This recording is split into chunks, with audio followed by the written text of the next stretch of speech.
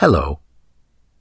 My name is Gary Ciesla, and I'm the current owner of the house for sale here at 25 South Street in Highland Falls. I'll be your narrator for this video tour. Before we go inside the house, let's take a drone flight so you can get an overhead view of the property.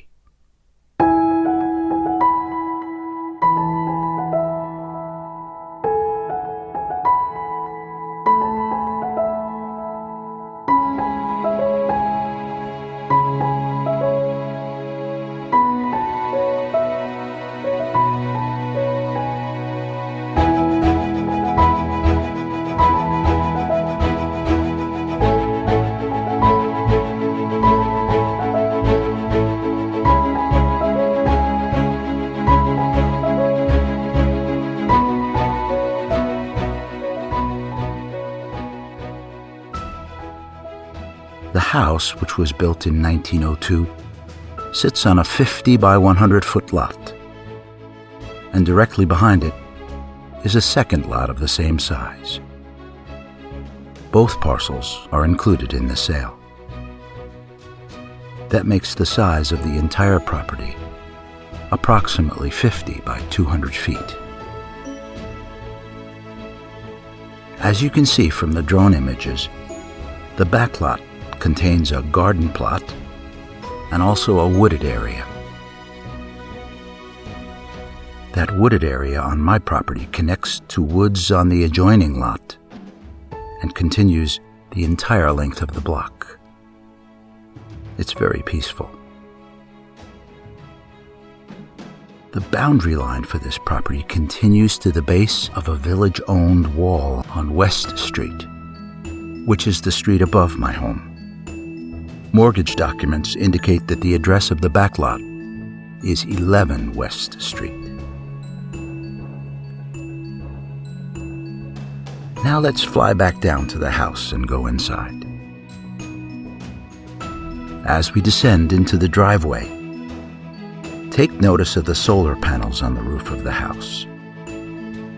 At the current time, the electric company charges a monthly $20.12 connection fee.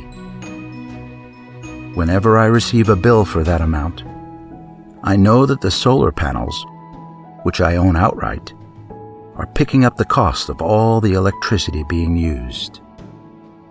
It's a great savings. The panels were installed in 2018 onto the 35-year roof, which was laid in 2015. Also, a gutter helmet system was installed in 2019 to keep leaves out of the gutters. Notice also the small wood fence corral on the side of the house. It's a good place for outdoor storage. Now we'll go up the front steps onto the porch. It's a peaceful and secluded spot to sit, especially when the porch shades are let down. The morning light of the summer sun, reflected through the shades, is quite beautiful both on the porch and inside the house. So, let's go inside.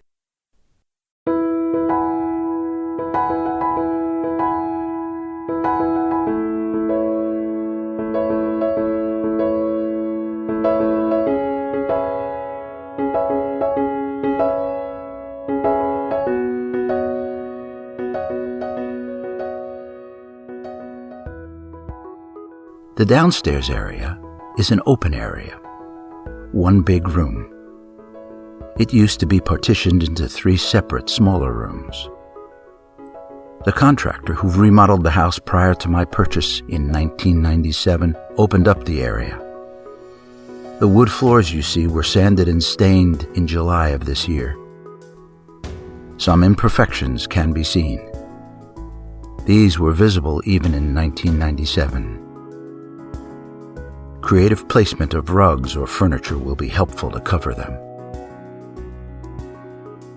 The kitchen contains lots of cabinets, The refrigerator is about 10 years old, and the stove has been in the house since at least November of 1997. As we prepare to go upstairs to view the bedrooms, notice the old-fashioned woodwork on the staircase.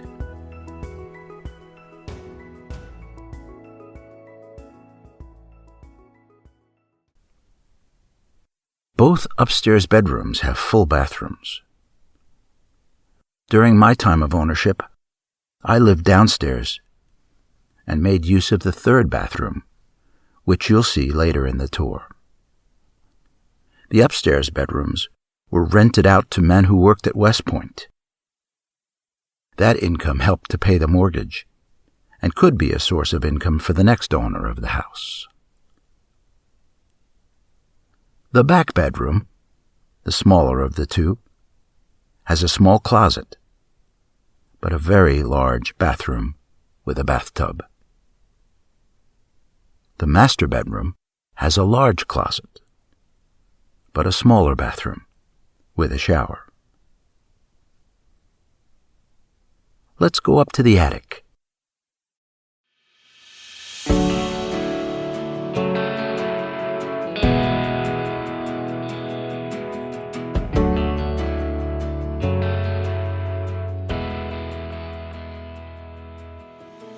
Be sure to grab the handhold as you go up the steps, and also grab onto the handhold screwed into the beams to ensure your safety as you walk past the opening.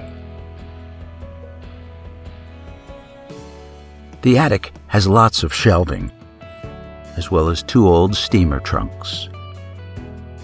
Interestingly, the view from the back window shows what appears to be a baseball diamond formed by the walkways in the yard below.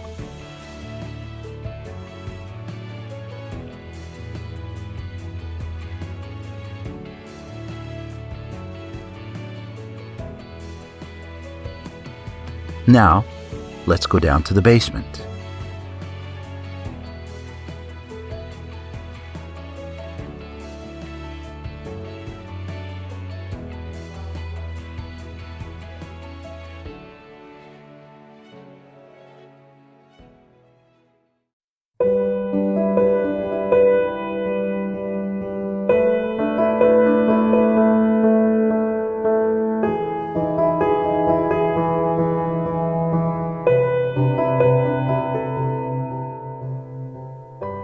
The electrical panel is affixed to the wall at the bottom of the stairs. An old-style fuse box was replaced many years ago with an upgraded panel that was able to accommodate the solar power connections. The oil burner has been serviced by the C.D. Parry Oil Company every year since 2011. Upon their recommendation, the oil tank was moved from underneath the front porch into the warmer rear corner of the basement. A contractor installed a French drain and sump pump to help keep the basement dry during extremely heavy rains. The hot water heater is approximately 7 years old. Now, let's exit out the basement door under the front porch and begin a walking tour outside. After installing the walking paths around the property in 2018, I joked that if the judge ever sentenced me to home confinement, I'd have a place to go walking. But then the pandemic hit, and it was nice to be able to walk around outside in safety without leaving the property.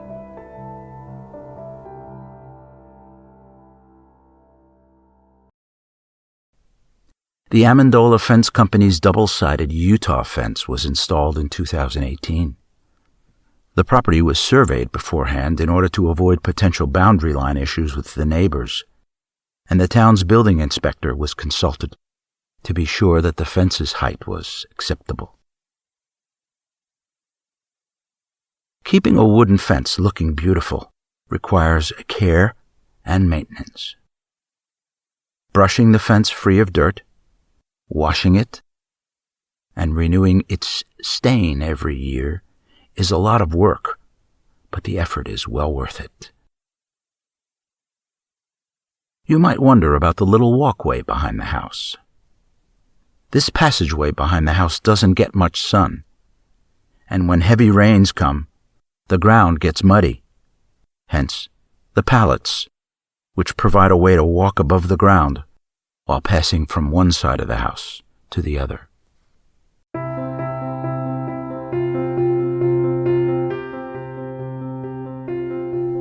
Notice the shorter fence panel along the passageway, directly across from the window. That shorter panel allows you to look out into the yard from inside the house. But you might find yourself standing on the concrete platform at that spot, leaning over the fence and enjoying the view of the yard. It's a very peaceful spot on the property. Some of the paving stones on the walkways are set in groups of 4, designed to look somewhat like butterfly wings. Other, more traditional blue stones also connect with the butterfly stones at various points. The yard has a lot of potential uses for children, for pets, and for fun. There's a pull-up bar for the athletically inclined. The gate along the stone wall opens to steps which lead up to the garden and the wooded area in the back lot.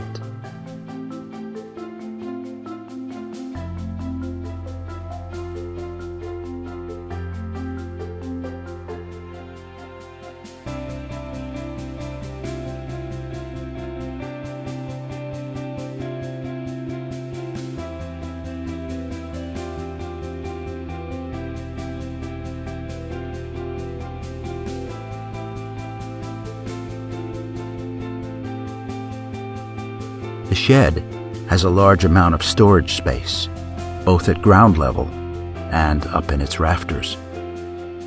It was installed in 2000, and the roof shingles were replaced in approximately 2012.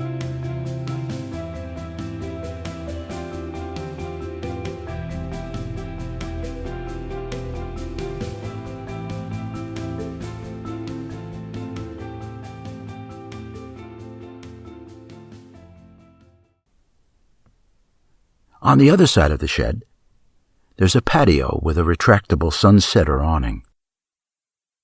It's an idyllic summertime spot to sit and enjoy a meal with friends and family. The walkway leading toward the driveway curves toward one of the entrance gates. But as you start walking from the patio down the curving path, notice the little passageway between the fence and my neighbor's garage. A removable fence panel, stored in the shed, can be quickly put in place to close off this passageway, should you want to let your dog run safely free in the yard. Let's follow that curving path, go down the ramp, and step into the driveway.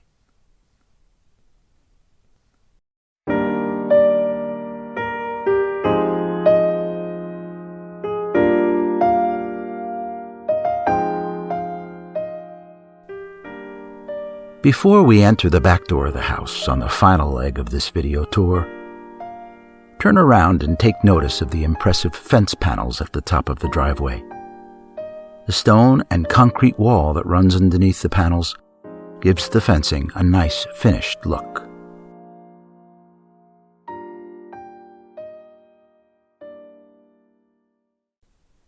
As you go inside, you'll see a half bathroom on your left.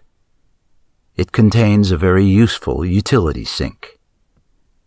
A shower was added in the back room about 6 or 7 years ago, giving the downstairs area of the house a third full bathroom, which gives everyone in the house the convenience of having their own private facilities. The floor in this room was old and cracked in some places, so a new wood laminate floor was installed within the last 2 months. Notice that there are hookups for a washer and dryer on the back wall. Prior to the installation of the flooring, the washer and dryer were removed to a nearby storage unit, where they remain. The units work, but they are old and admittedly have some rust on them. I reasoned that returning the washer and dryer into this room would detract from the beauty of the new flooring. Also, you might want to install new appliances or possibly even move the washer and dryer to the basement area. The last room to view on this tour is actually a closet, which, while certainly useful as a storage pantry, was developed to be a semi-professional sound recording booth. This narration you hear was recorded in this booth. While the room isn't big enough to bring in musical instruments, it is sufficient for simple spoken word recordings, as there is room to stand before a microphone. Also, if you need a safe place to go yell and scream your head off, this is the rubber room you've been looking for.